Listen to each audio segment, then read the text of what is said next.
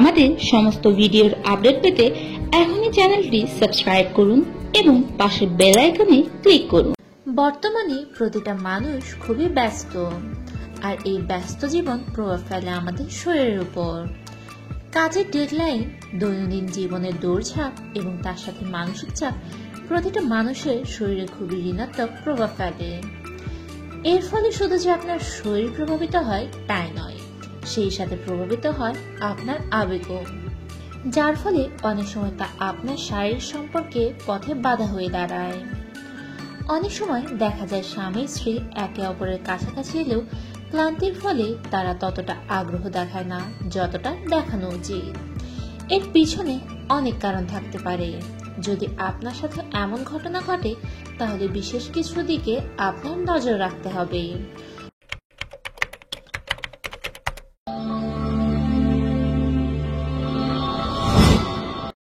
অনেক সময় বিশেষ মুহূর্তে আপনি যদি পারফরমেন্স নিয়ে চিন্তিত হয়ে পড়েন তাহলে তা আপনার শারীরিক সম্পর্ক তৈরির ক্ষেত্রে বিশেষ প্রভাব ফেলতে পারে।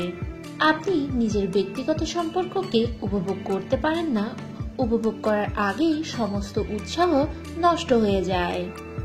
তাই ঘনিষ্ঠ মুহূর্তে মাথায় কোনো রকম চিন্তা না রেখে শুধুমাত্র বিশেষ মুহূর্তকে আরো কিভাবে উপভোগ করা যায় সেই দিকে ধ্যান দিন। অনেকে মনে করে মদ্যপান করার পরে সঙ্গীর কাছে আসাটা অনেক বেশি সহজ হয়।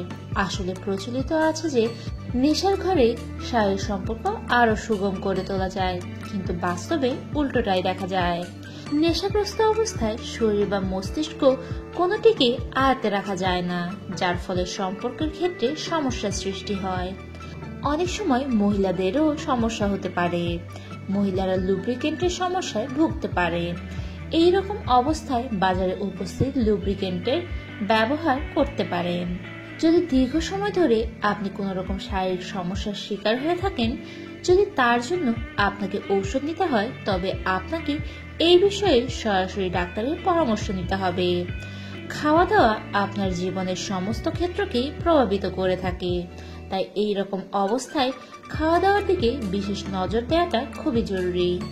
কেমন লাগলো আমাদের টিপসটি অবশ্যই কমেন্ট করে জানাবেন। ভিডিওটি ভালো লাগলে কমেন্টে গুড লিখুন, আর ভালো না লাগলে ব্যাড লিখুন।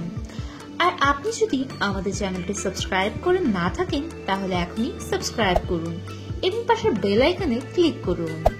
ভিডিওটি ভালো লাগলে লাইক দিন, আর উপকারী মনে হলে শেয়ার করুন।